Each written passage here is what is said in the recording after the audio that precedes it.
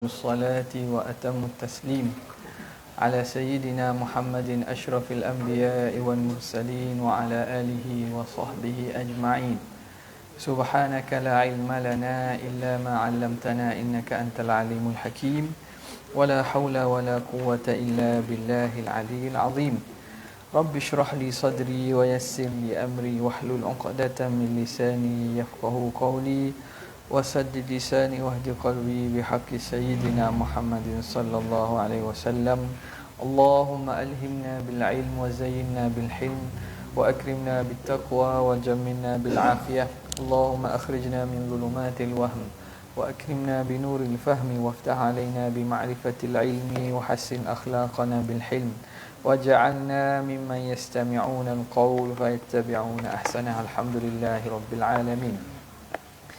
Alhamdulillah, bersyukur kita panjatkan kehadrat Allah yang dapat memberi kepada kita kelapangan masa dalam usia yang berbaki dan menjadikan kita di kalangan orang yang mendapat taufik berada pada malam ini untuk sama-sama kita melihat tinggalan Syekh Daud Al-Fatani dalam kitabnya Muniyatul Musalli. Satu perkara yang sangat penting dalam kehidupan kita iaitu ibadat solat. Kita berhentinya pada muka yang kelima, cetakan Jawi itu. Bermula sembahyang itu kan. Ya. Bismillahirrahmanirrahim.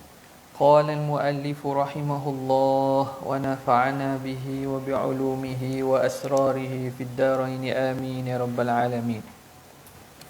Kata pengarang rahimahullah, bermula sembahyang itu berhadap Allah Ta'ala atas segala hamba-Nya, supaya berhadap segala hamba itu kepadanya dalam rupa kehambaan. Sekarang ni pengarang rahimahullahu ta'ala menyatakan bahawa sembahyang itu berhadap Allah Ta'ala atas segala hamba-Nya, supaya berhadap segala hamba itu kepadanya, kepada Allah dalam rupa kehambaan. Allah Ta'ala dalam sembahyang ni dia munajat, kita berdepan dengan Tuhan. Kita berdepan dengan Tuhan, berhadapan tu, kerana kita sedang nak beribadat kepada Allah Subhanahu wa ta'ala. Dan Allah Ta'ala jadikan dalam sembahyang ni rupa kehambaan pada setiap gerak-geri kelakuan sembahyang. Kerana berhadap hamba dengan Tuhan, kita nak berhadap Tuhan dengan keadaan rupa kehambaan, baru layak. Kita nak mari jumpa Tuhan bukan dalam keadaan kita sombong, bukan dalam keadaan kita rasa megah, bukan dalam keadaan kita ni besar diri, bukan. Kerana kita hakikatnya hamba Allah. Allah itu pencipta, Tuhan kita. Maka keadaan berhadap kita dengan Allah Subhanahu wa ta'ala itu mesti dalam keadaan kehambaan yang sepenuhnya. Maka ibadat solat ini ialah ibadat yang paling Allah Ta'ala jadikan menzahirkan, memanifestasikan, menzahirkan rupa kehambaan yang sebenar. Dalam rupa kehambaan, apa kata dia? Dengan keadaan tazallul bahasa Arab, yakni maksud tazallul merendahkan dirinya. Satu, menghadap Tuhan dalam keadaan merendah diri. Dan taslima, yakni menyerahkan dirinya. Taslim ni makna serah diri. Serah diri. Orang yang serah diri biasanya orang bersalah lah. Tak, orang bersalah serah diri kepada pihak berkuasa. Tu serah diri. Kita serah diri ke Tuhan sebab apa? Sebab kita banyak buat salah. Sebab tu kita kena serah diri. Dan kita serah diri ke Tuhan ni, Allah Ta'ala akan sambut kita dengan dengan kasih sayang dan rahmat. Bukan dengan keadaan menyeksa kita. Kalau kita serah diri kita dengan ikhlas, Allah Ta'ala akan terima kita dengan penuh kasih sayang. Taslimah, menyerahkan dirinya bagi Tuhannya. Dan tabadzulan, tabadzul ni maknanya yakni hina. Kita hina diri kita. Dalam sujud, kita letakkan anggota yang paling mulia, iaitu muka. Muka ni makhluk Allah Ta'ala jadikan manusia ni makhluk yang mana muka dia duduk atas sekali, tinggi daripada parah punggung. Kepala kita ni, muka kita ni, kedudukan ciptaan Tuhan pada manusia tu tinggi daripada parah punggung. Cuba tengok binatang lain, dia sama parah tak? Punggung dengan kepala tu sama. Nampak? Lembu, kambing tak? Bila makan macam mana? Bila makan dia akan tundukkan kepala tak? Zirapah tinggi. Dia makan tinggi tak? Tapi dia nak minum, dia tunduk. Nak minum air, tunduk. Maknanya dia tunduk ke makanan juga. Ke makanan yang akhirnya jadi tahid dia. Kita makan tak tunduk, kita suap. Kita suap. Tak? Kita sudu ke? Kita minum. Kita tak turun kepala. Apa? Mulianya, mulianya manusia, ciptaan manusia Tuhan buat ni, Tuhan buat dalam keadaan, maknanya keadaan kepala dia tu mulia. Benda yang anggota mulia kita letak pada tempat yang hina, iaitu rendah, sama parah dengan kaki di tanah. Kerana apa? Tabadzulan, nak menghinakan diri kita. Dan takhaddu'an, yakni dengan khuduk. Khuduk ni makna rendah hati. Khuduk ni makna rendah hati. Dan takhasyu'an, yakni dengan khusyuk. Dengan khusyuk. Dan taraghuban, yakni kegemar dan suka. Taraghuban ni gemar dan suka. Kita dalam keadaan nak, gemar dan juga suka bila kita berhadap dengan Allah Ta'ala. Tamalluqan, yakni dengan rindu dendam. Rindu. Tamalluk ni makna rindu sangat. Sangat rindu untuk bermunajat kepada Allah Subhanahu Wa Ta'ala. Ini beberapa sifat yang mana menzahirkan kehambaan seseorang kepada Allah Subhanahu Wa Ta'ala. Kata Syekh Daud lagi, maka wukuf itu, yakni berdiri itu, merupa tazallul. Merupa tazallul. Sekarang ni dalam pergerakan sembahyang kita, daripada sifat-sifat kehambaan yang disebut tadi, tazallul, taslim, tabadzul, takhaddu', takhasyu', taraghub, tamalluk tu, macam mana sifat tersebut dapat dizahirkan dalam perbuatan sembahyang. Katanya, maka wukuf ni makna berdirilah, yakni berdiri. Berdiri itu merupa tazallul. Dia bentuk kepada tazallul, rendah diri. Apabila kita berdiri tegak depan Allah Subhanahu Wa Ta'ala, pulaknya kita disunatkan menundukkan kepala tak? Tengok orang baris. Orang baris. Baris depan ketua. Tak, depan komander ni. Mana? Diri tegak. Tak? Diri tegak. Makna apa? Makna kepatuhan. Merendahkan diri. Jadi perbuatan berdiri itu, dia merendahkan diri dia, menyerahkan diri di depan Allah Subhanahu Wa Ta'ala. Kepala pula kita, pandanganlah kepala kita biasa, pandangan disunatkan kita tunduk ke bawah. Dan takbir itu merupakan taslim. Takbir merupakan penyerahan diri, taslim. Orang panggil akad dia. Ha? Betul tak? Akad serenda. Ha? Serenda. Nampak tak? Akad serenda. Surrender. Maksudnya. Bahasa Melayu ambil bahasa putih juga punya. Akad serenda tu surrender. Kalau serah. Ini hai'ah ataupun kita kata bicara ahwal. Keadaan tu ulama tengok benda ni. Macam-macam ditakbirkan. Ada kata kita akad ni makna kita letak belakang dunia, kita hadap ke Tuhan. Itu benda ni benda yang kita panggil kalam hikmah yang datang dengan cara iktibar kepada perbuatan semayang. Ni orang dok balah tanya pula. Mana dalil Quran hadis payah lah. Akad gini.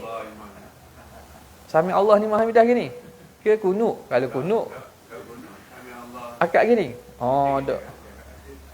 Pelik lah tu. Dok. Dia akad tangan pun ada cara dia. Cara akad tangan. Akad tangan tu sunat. Sebahagian mazhab Maliki dia apa nama ni, mazhab Hanafi ada sebahagian ada pergerakan semayang tidak akad. Tapi takbir akad lah. Takbir kebanyakannya akad. Cuma pergerakan lain. Tak. Kadang ada pandangan yang tak akad tangan. Rokok ke tak akad. Terus rokok. Nampak tak? Tapi kita dalam pergerakan semayang kita disunatkan bergerak tu akad tangan kecuali masa nak sujud. Masa bangun duduk antara dua sujud. Lepas tu nak sujud kali kedua. Tu tak ada lah. Dan juga nak bangun daripada rakaat pertama kepada rakaat kedua, rakaat ketiga kepada rakaat keempat. Hak lain kita disunatkan bergerak dengan akad tangan. Jadi cara akad tu macam ginilah. Dan kalau gini, tak ada riwayat lah. Kenapa? Kerana pergerakan semayang ni kena ambil dengan perbuatan yang dilihat perbuatan Nabi. Jadi sahabat radhiyallahu ta'ala anhum, dia tengok Nabi akad begini. Akad begini. Tak ada akad gini, tak ada akad gini, tak ada akad gini. Tak ada. Jadi sebab itu sallu kama raaitumuni usalli. Walaupun kalau kiranya akad gini, pergerakan yang tak banyak, tak ada masalah, tidak batal lah kalau pergerakan tak banyak. Tapi bukan pergerakan yang disuruh dalam semayang. Jadi cara akad tu pun diriwayatkan dan diceritakan bagaimana sifat dia. Supaya kita ni menepati sabda Nabi, sembahyanglah kamu sebagaimana kamu melihat aku sembahyang. Jadi kita tak nampak habis sembahyang, kita nampak siapa? Orang yang ajar kita sebelum ni, guru kita ke, tok syekh kita ke, mak ayah kita. Dia pula ambil pada mana? Ambil pada guru dia, tok syekh dia. Ambil sampai kepada sahabat, sampai kepada Nabi sallallahu alaihi wasallam. Nampak? Okey. Jadi tadi takbir itu rupa taslim. Rupa taslim, surah. Dan thana dan tilawah itu rupa tabadzul. Thana ni pujian. Pujian kita dalam semayang. Allahu akbar kabira walhamdulillahi katsira wa subhanallahi bukratan wa asila. Puji-pujian kita dalam semayang tu dan juga bacaan kita dalam semayang. Tilawah tu bacaan kita semayang itu rupa tabadzul. Rupa rendah diri. Bila kita baca, kita puji Tuhan, makna kita merendah diri. Kita baca ayat dia, makna kita tunduk kepada dia. Kita merendah diri. Rupa bagi tabadzul. Dan rukuk itu rupa takhaddu'. Rukuk itu rupa bagi takhaddu'. Takhaddu' ni makna khuduk. Rendahlah, menunduk. Khuduk. Tunduk. Dibayangkan atau digambarkan dalam ketika kita rukuk. Rukuk tu kita tunduk diri kita. Dan sujud itu rupa takhasyuk. Sujud pula rupa takhasyuk. Khusyuk bila kita dalam keadaan sujud. Dan julus itu rupa targhib. Rupa targhib. Rupa targhib. Situ dia tulis benda awak jalan. Taraghu. Taraghaba. Dia moleknya targhib lah. Targhib makna gemar ataupun taraghu. Taraghib. Ring ba. Taraghu.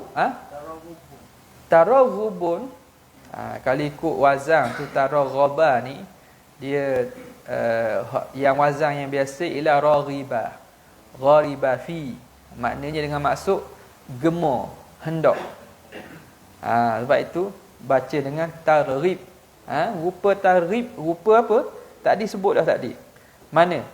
Taraghuban yakni gemar dan suka. Jadi targhib itu makna gemar dan juga suka. Bila kita duduk duduk julus tu makna duduk. Duduk itu kita gemar dan kita suka. Sebab tu kita berada dalam keadaan duduk. Bagaimana dalam situasi biasa kan? Orang nak benda, orang duduk. Orang tunggu kurnia. Zaman dulu lah, ni duduk atas kursi dah. Ni duduk atas kursi. Zaman dulu nak terima anugerah, duduk lah. Duduk pula bukan duduk biasa, duduk jerengeng, bukan. Duduk dalam keadaan hendak. Jadi duduk antara dua sujud tu.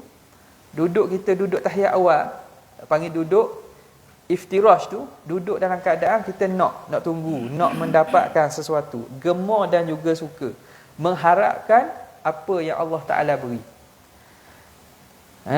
Itu rupa targhib, rupa bagi berkehendak, dan juga gemar dan suka. Dan tasyahud itu rupa tamalluk. Tadi tamalluk maksudnya rindu dendam. Kita duduk tasyahud. Tasyahud macam mana? Duduk tasyahud kita tu kan, tasyahud akhir tu kan, kita dalam keadaan sipuh. Dalam keadaan tu kita rindu dendam. Tu dia perumpamaan lah dia buat. Mengharap-harapkan kurnia Allah Subhanahu wa taala. Kemudian katanya, maka berhadap segala hamba kepada Allah Taala dengan itu sekaliannya.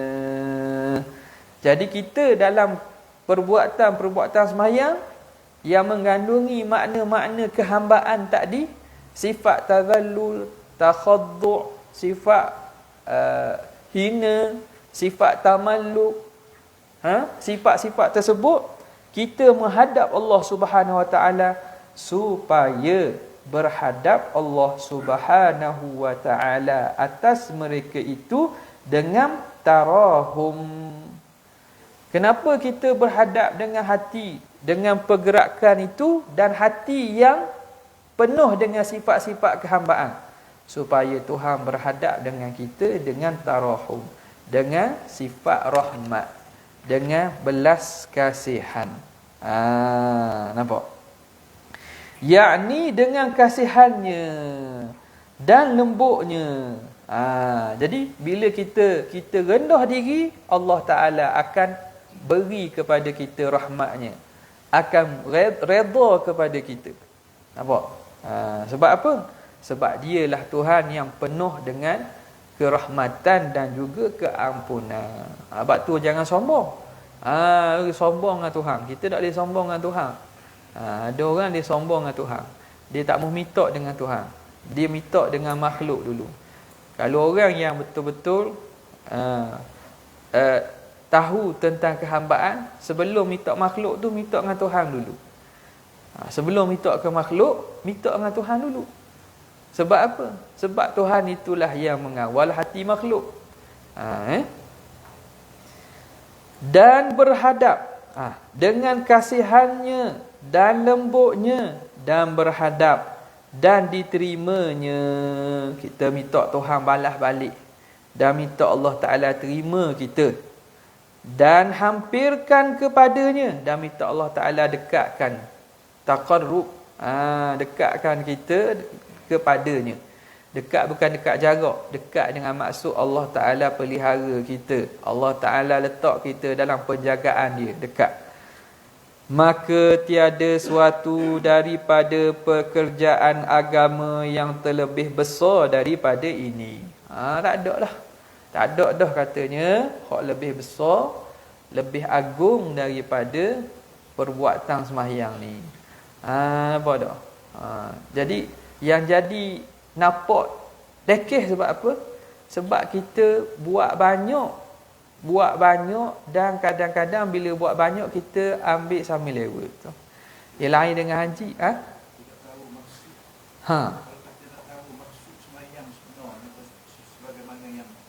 yang dikehendaki,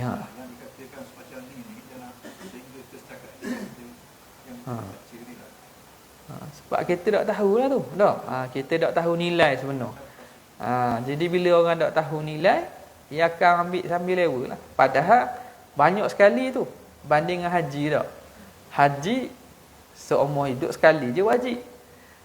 Orang ada lebih sikit, ada peluang, ada ni, pergi haji sendiri. Tapi kita sungguh buat haji tau. Nak pergi haji tu sungguh tu. Masuk benda panggil khusus haji. Khusus haji dia bukan main sehari dua. Tak, tiap-tiap minggu, berapa bulan dah persiapan nak pergi haji tu. Nak pergi haji yang akan ambil masa, amal haji kalau kira betul-betulnya dalam lebih kurang 5 hari gitulah. 5 hari 6 hari aja, selesailah. Nak buat dalam lebih kurang 5 hari 6 hari tu, kita bersiap sungguh-sungguh tu. Bersiap sungguh-sungguh. Tapi hak semayang ni, kita sebab buat semua pun. Buat semua jadi akhirnya buat kadang-kadang sambil lewat. Nampak? Sambil lewat. Payah sebenarnya, cakap mudah. Cakap mudah. Jadi kalih. Bila banyak kerak, kita kadang-kadang lupa. Kita kalih dengan kehebatan dan ketinggian sembahyang tu sendiri. Okey. Nampak? Jadi, tiada suatu daripada pekerjaan agama yang terlebih besar daripada ini. Tak ada. Tak ada yang lebih besar daripada amal ibadat sembahyang. Baik. Dia paling kurang lah. Paling kurang maknanya kita kena pastikan sembahyang tu sah dulu. Hak sah ni pun dia bukanlah payah tak. Cuma kena ambil masa untuk mengaji. Fardu ain berkaitan sembahyang sah dulu. Biar sah. Bila sah tu kurang-kurangnya kita tidak dianggap meninggalkan sembahyang. Tapi tak cukup sekadar sah. Kalau kita nak kepada sebagaimana yang disebut oleh pengarang kita tadi, kena ada roh bagi solat itu. Baik. Kemudian kata pengarang rahimahullahu taala, dan sabda Nabi sallallahu alaihi wa alihi wa sahbihi wasallam, bermula sembahyang itu nur. Dan lagi sabdanya, sentiasa Allah berhadap atas hamba dengan mukanya selama berkekalan ia dalam sembahyang. Okay, sekarang ni apa yang disebut di sini? Pertamanya, Nabi SAW sebut bahawa sembahyang itu nur. Ini berdasarkan kepada hadis. Antaranya hadis yang panjang, Nabi SAW sebut at-tuhuru syatrul iman. Bersuci itu separuh keimanan. Walhamdulillah tamla'u mizan. Alhamdulillah itu, sebutan alhamdulillah tu berat pahalanya, memenuhi timbangan. Wa subhanallah walhamdulillah tamla'ani au tamla'u ma bainas sama'i wal ard. Sebutan alhamdulillah, subhanallah itu memenuhi neraca dan memenuhi antara langit dan bumi. Wassalatu nur. Sembahyang itu cahaya. Situ. Nampak? Jadi bermula sembahyang itu nur. Wassalatu nur. Jadi dalam ayam hari-hari kita 10 ni, antara amalan yang datang riwayat bahawa kita disuruh memperbanyakkan tasbih, takbir dan tahlil. Subhanallah, alhamdulillah, wala ilaha illallah, wallahu akbar. Ni hari 10, kita berada pada hari 10. Hari 10 awal ni, awal Zulhijjah. Dalam hadis yang sahih, tidak ada hari yang amal solehnya lebih dikasihi Allah lebih daripada hari 10 ni. Jadi perbanyakkan tasbih, takbir, tahlil dan seumpamanya. Bahkan sunat kalau tengok binatang nak gerbang tu takbir. Allahu akbar, Allahu akbar. Ni hari 10 ni. Bukan hari raya lagi, raya tu rayalah. Nampak? Masuk pula lagi hari apa kita raya? Hari Ahad. Hari Sabtu tu dah kita disunatkan dah untuk bertakbir. Apa tak? Takbir lepas daripada semayang subuh.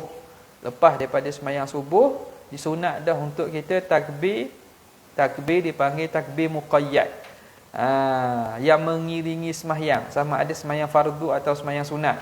Lepas subuh kita takbir. Lepas zuhur kita nak semayang duha pula takbir. Kita semayang qabliyah zuhur sunat takbir. Semayang zuhur bersama imam sunat takbir ramai-ramai. Sunat mengangkatkan suara juga. Sunat mengangkatkan suara. Bahkan takbir muqayyad ini dia dilakukan sebelum daripada wirid semayang. Takbir muqayyad ni. Maknanya lepas habis salam, takbir, lepas takbir tu wirid semayang.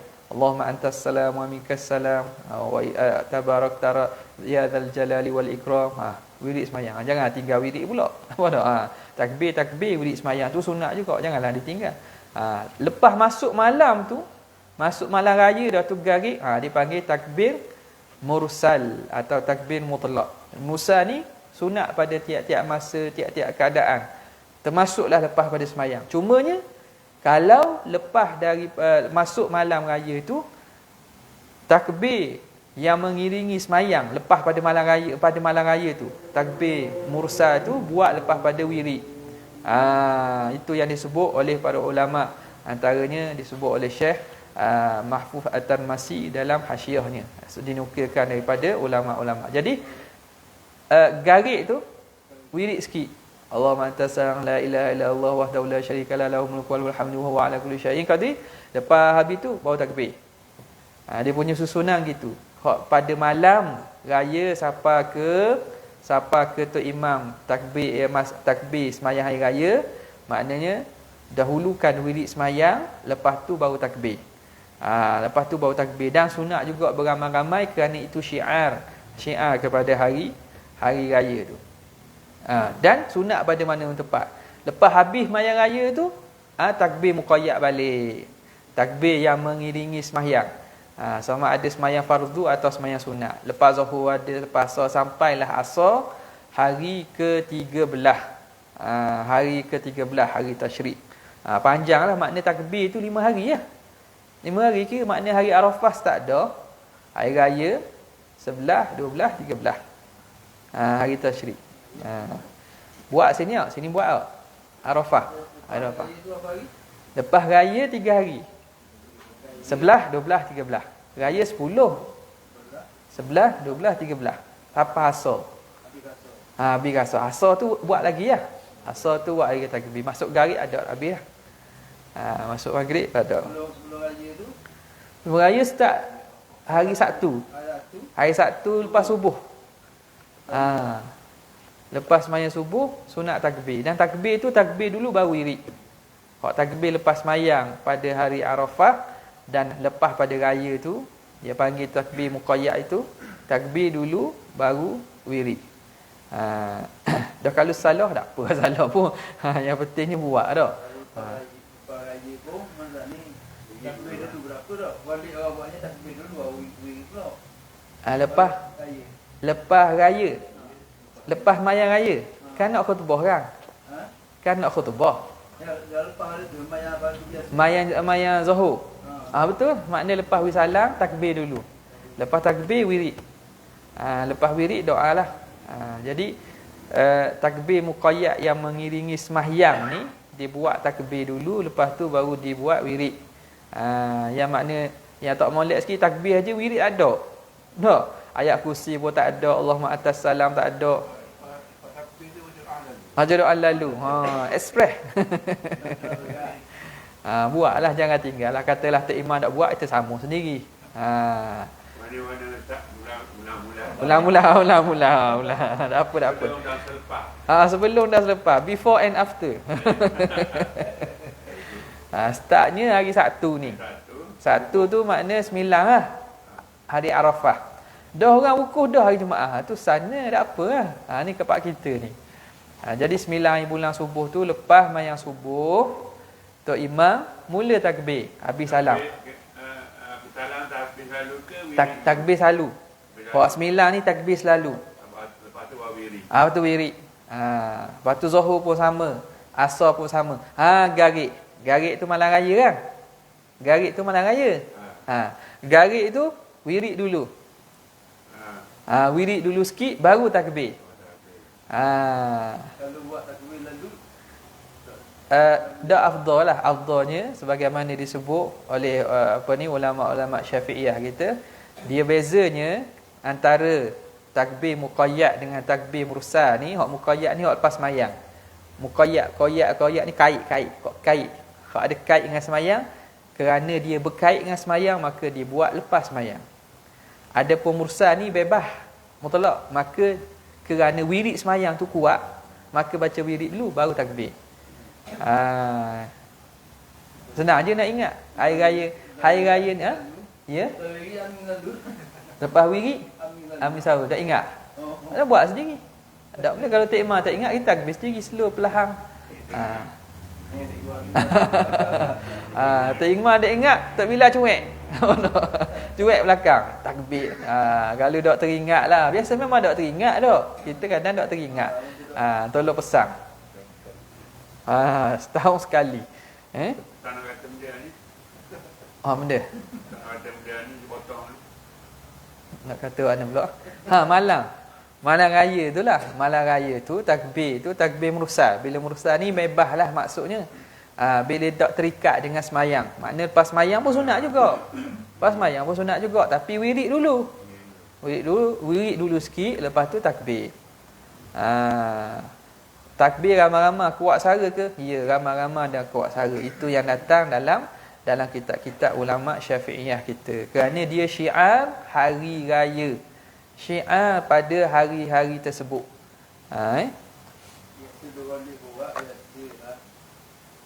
Ya. takbir, wirid. Menyapa tu bunyi kita buat suku pula takbir. Ya, tu. Tak pergok gitu. Bukan. Hak malam raya tu, malam raya wirid sikit. Wirid sekejap. Baca-baca hak tu ayat kursi, atas salam minkas salam, astaghfirullah, la ilaha illallah wahdahu la syarikalah, lahul mulku wa lahul hamdu wa huwa ala kulli syai'in. Wirid sikit. Lepas tu takbir. Jadi hak tu aturan yang aula. Atau malam raya siapa kata imam akad takbir. Hak lepas tu takbir dulu baru wirid. Lepas tu takbir dulu baru wirid. Ya. Dok coffee mudah je dua tu. Ingat dua tu. Malam raya wirid dulu baru takbir. Lepas pada raya dah takbir dulu baru wirid. Nampak? Jadi dua garik Malaysia dah masa tu je lah. Garik isteri dah subuh? Subuh kali je lah. Subuh kali ni? Takbir lah tu. Wirid sikit lah. Maknanya kalau tak mau banyak, wirid sikit. Macam yang warid daripada Nabi tu. Lepas tu kita takbir. Kita takbir. Belum raya. Dia belum raya. Subuh hari raya tu. Baik. Yang kedua, yang ketiga. Hak tu lepas salam takbir. Macam biasa. Takbir. Tapi lagi ya. Tak apa. Ya. Yang penting makna hari-hari tersebut kita hidupkan dengan takbir lah. Cuma hak bezanya malam tu tiap-tiap masa, tiap-tiap waktu naik motor, naik kereta kat rumah, nak meleh, nak pergi tempat meleh dak pergi lepas meleh dah. Maknanya malam tu lah. Malam tu kalau nak masuk ke apa ke sunat. Kita takbir pada masa-masa pada malam raya sampai ke sembahyang raya. Nampak? Jelas dah tu. Garik subuh. Macam malam raya Aidilfitri gitu lah. Hak malam raya Aidilfitri, hak ni hukumnya sama je. Aidilfitri dia tak ada muqayyad. Dia tak takbir mursal, takbir mutlak. Maknanya wirid dulu baru takbir. Wirid dulu sikit baru takbir. Ya betul lah. Memang waliknya takbir dulu. Jadi dari susunan tu aulanya ialah takbir dulu. Aulanya wirid dulu. Wirid dulu pada malam raya sampai ke terimam sembahyang raya. Senang je nak ingat tu. Dah. Garik seluruh. Ya. Sembahyang sunat apa? Kalau kita nak sembahyang sunat, kan sunat takbir kok. Kalau sembahyang sendiri, dak bukan tok imam saja nak takbir ni. Orang kucing itu. Dak rumah. Kita bangun sembahyang tu kan sunat takbir juga. Tak? Sembahyang sunat ke pada malam raya tu kita sembahyang. Kita lepas pada sembahyang kita sunat takbir kan. Tiap-tiap masa, tiap-tiap keadaan yang dibenarkan untuk kita berzikir, sunat untuk kita bertakbir. Okey. Jadi di sini tengok. Dia katanya sini bermula sembahyang itu nur. Was-salatu nur. Ini berdasarkan hadis ni, was-salatu nur. Sembahyang itu ialah cahaya. Cahaya. Sembahyang ni cahaya. Sebab itu Nabi SAW kenal umat dia dengan ada cahaya pada muka mereka, pada anggota wuduk mereka. Sebab anggota wuduk, tempat kita sujud, tempat itu dia akan bercahaya nanti. Cuma sekarang ni tak nampak lah. Tak nampak. Tu pun kadang-kadang Allah Ta'ala tunjuk. Orang semayang dengan orang tak semayang. Orang semayang, muka walaupun muka handsome, muka kulit hitam lah. Kulit dak putih. Orang seorang ni kulit cerah, comel tapi muka tak ada cahaya. Tak. Orang mukmin, orang soleh nampak ni keruk. Orang panggil kita keruk. Muka keruk. Orang molek putih tapi muka keruk. Apa? Dak semayang rupanya. Dak semayang. Orang walaupun kulit gelap, walaupun dak cerah dak apa, semayang. Nampak cahaya tu ada. Sebab itu tanda Allah Taala beri kat dunia tu, kat akhirat apa tahu lagi. Was-salatu nur. Tanda dai. Tu tak tahulah tu. Tu sebab sujud ke guana. Bukan tanda tu kan. Bukan nak tanda dai tu. Dia pada muka tu atau pada tubuh tu bercahaya. Orang yang ahli makrifat tu akan nampak cahaya pada orang yang sembahyang.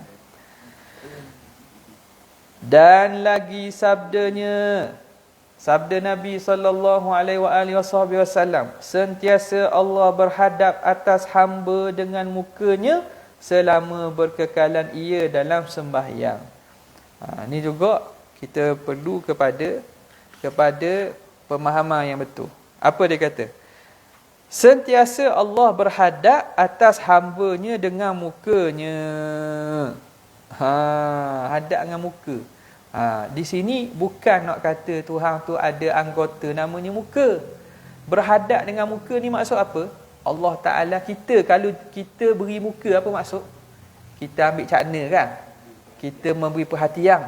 Kita beri penjagaan. Itu maksud. Jadi berhadap dengan muka ni terjemah daripada hadis yang diriwayatkan oleh Sayyidina Jabir. Idza qama ar-rajulu fi as-salati aqbala Allahu alaihi biwajhihi. Jadi dia terjemah situlah. Apabila seorang hamba tu berdiri untuk semayang, maka Allah menghadapkan kepadanya dengan wajahnya. Itu terjemah muka sini. Dengan wajahnya. Wajah ni makna Tuhan menghadap dengan wajah, makna Allah Ta'ala menyambut dia. Allah Ta'ala memberi perhatian. Allah Ta'ala memberi perlindungan, memberi rahmat. Itu maksud dia. Menghadap. Macam kita, orang berhadap, orang mari jumpa kita beri muka ke dia. Tak. Kita dengar orang mari nak jumpa wakil rakyat, nak minta tolong lah. Jalan ni dak comel dah ni. Tiba-tiba dak beri muka kita. Nampak tak? Paling tak lain. Apa maknanya? Maknanya kita ni tak ada benda. Bukan orang penting. Nampak tak? Kalau orang penting, dia betul-betul ambil tu, dia akan menghadap kita. Ada apa ni nak. Tu. Dulu kata kami muka. Yang pada kita berarti kita cakap ni itu paling tak lain. Kita cakap ni paling tak lain. Kita cakap, kita minta. Bela tu tak. Orang bela tak tengok orang kau. Dia tak tengok mata tak boleh renung. Allah beri perhatian Ha. begitu, tapi kita yang semayang ni tak ada boleh takbir ke. Ha. Jadi tidak kesungguhan kita tidak. Paling kalang itu paling dia, paling muka. Kalau kita cakap dengan orang paling lain. Gitulah paling tu Allah Taala ni tak ada arah. Kita tak boleh nak kata. Kita doa, kita dok ngadap kiblat, kita dok makna hati kita dok menghadap ke dia. Mitok sekadar dok mitok sungguh orang panggil. Mitok dok sungguh tu makna dok berhadap tu. Dok berhadap. Tidak berhadap. Ada pun makna pusing, terimang. Tu bukan sebab kiblat doa ni atas. Tak. Sama ada tu imam doa menghadap kiblat atau berdoa pusing, tak ada masalah tu. Bukan makna kena menghadap sana kerana Allah tak berkait dengan arah. Tak berkait dengan arah. Okay. Hati kita lah yang tidak berhadap tu, tidak berhadap kepada Allah Subhanahu Wa Taala ketika doa kita. Apa dia kata tadi? Atas hamba dengan mukanya selama berkekalan ia dalam sembahyangnya, selama dia kekal dalam sembahyang, selama dia berkekal dalam sembahyang, Allah Taala memberi rahmat dan memandang kepadanya. Okey. Dan bahawasanya Allah Subhanahu Wa Taala mendirikan mukanya kepada seorang kamu selama ada berkekalan berhadap ia atasnya. Dan kerana inilah adalah sembahyang sangat banyak faedahnya. Lagi ia membukakan bagi hati orang yang kepapaan. Tengok. Jadi sekali lagi dia kata, dan bahawasanya Allah Ta'ala mendirikan mukanya kepada seorang kamu selama ada berkekalan berhadap ia atasnya. Lagi mana seorang itu dalam munajat kepada Allah, Allah Ta'ala akan beri perhatian. Allah Ta'ala akan menghadapnya dengan rahmatnya. Dan kerana inilah adalah sembahyang sangat banyak faedah. Banyak faedah. Kita yang tak nampak faedah dia. Mungkin faedah tu ada, kita tak berasa. Nampak tak? Tuhan beri faedah dia tu. Tapi kerana beri semua, kita tak terasa. Dengan sebab semayang, Tuhan jaga, Tuhan beri kita sihat. Dengan sebab semayang, Tuhan jauh kita pada malapetaka. Dengan sebab semayang, Allah Ta'ala jaga keluarga kita, jaga harta kita, jaga anak bini kita. Dah kita mana tahu? Tak? Rupanya itu faedah semayang. Nampak? Jadi benda itulah yang kadang-kadang perlu kepada muhasabah. Dengan nikmat Tuhan beri tu, mungkin hasil daripada amalan kita. Itu supaya apa? Nak mengatakan bahawa faedah semayang ni banyak. Walaupun Tuhan beri tu tak tentu. Kalau Tuhan, kita tak semayang, Tuhan nak beri, boleh saja. Cuma apabila kita patuh kepadanya, Allah membalas dengan redha kepada kita dan memberi rahmat. Itulah yang lebih penting dan lebih utama. Wallahu ta'ala a'la wa a'lam. Ada nak tanya tak soalan ni? Jadi minggu depan raya dah kira tak? Kira kita tawakuh lah, makna kita stok lah. Stok sekali minggu depan. Bab musim dalam raya lagi. Jadi insya-Allah lepas pada tu kita sambung balik. Okay. Ada nak tanya bab